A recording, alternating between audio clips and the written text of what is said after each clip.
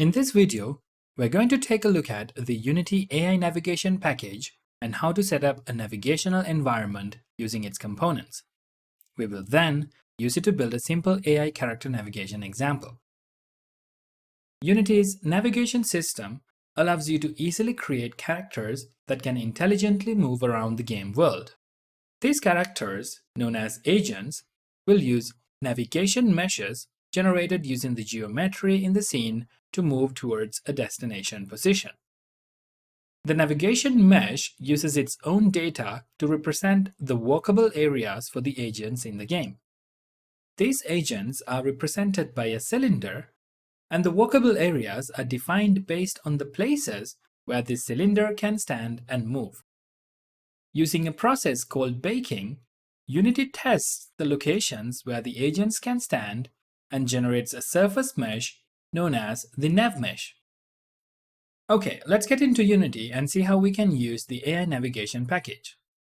This package is not built into a default Unity project.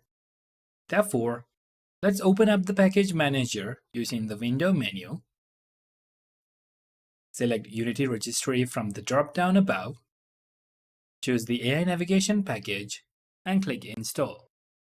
For this example, we are using the starter asset package provided with this video, and I have opened the navigation sample scene that came with it. In this scene, we have a plain object as the ground, an elevated stage with stairs, and some boxes and cylinders as obstacles. First of all, let's select the ground object and add a nav mesh surface component to it. This component represents the walkable area for the agents. Make sure that your gizmos are turned on and click the Bake button in the nav mesh surface component.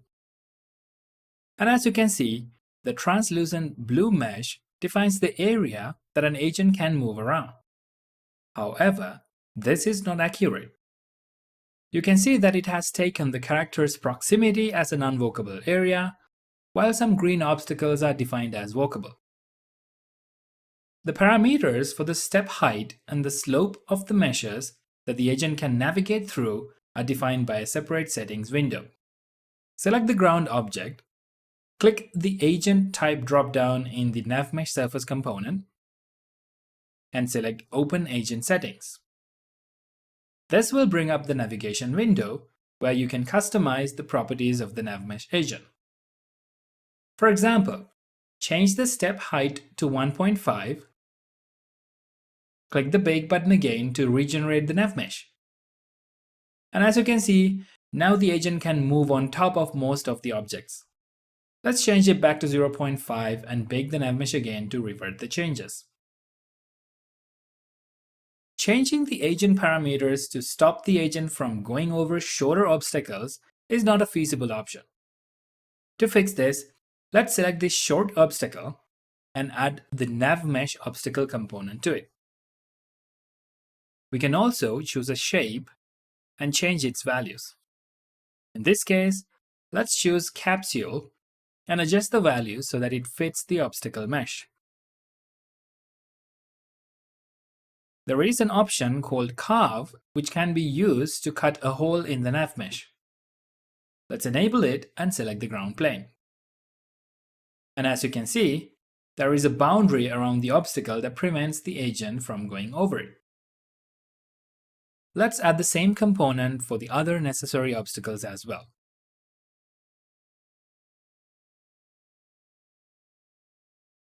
Finally, we need the character to not be recognized as an obstacle. There are multiple ways to do that, but in this case, we are going to assign a new layer to the character. Click Layers from the drop-down at the top right, Edit Layers, and let's add a new character layer. Now, select the character prefab object and assign the layer. Now, we select the ground object, and under Object Collection in the nav mesh surface, click the Include Layers drop-down and deselect the character layer. Let's bake the mesh again, and as you can see, the nav mesh is now accurate. Okay, let's create a simple example where we move the character towards any position that we click on using our mouse pointer. Let's go to the scripts folder in the project assets and open the character C# script.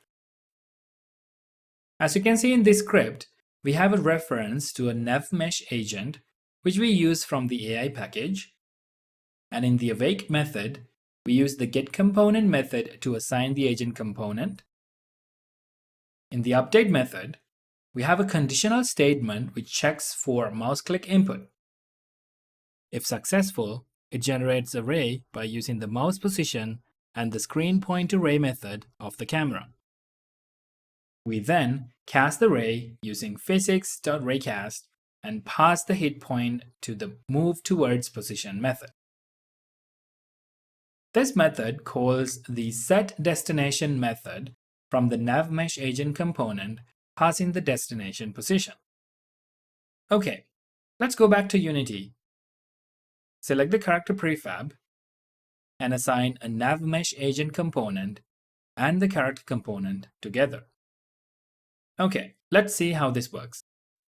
And as you can see, now the agent moves towards the position we click, avoiding obstacles and choosing the shortest possible path. We can also select the character in the scene view and visualize how the agent generates the path to move towards the given position. In our next video, let's explore more about the NavMesh and develop more custom AI navigation examples.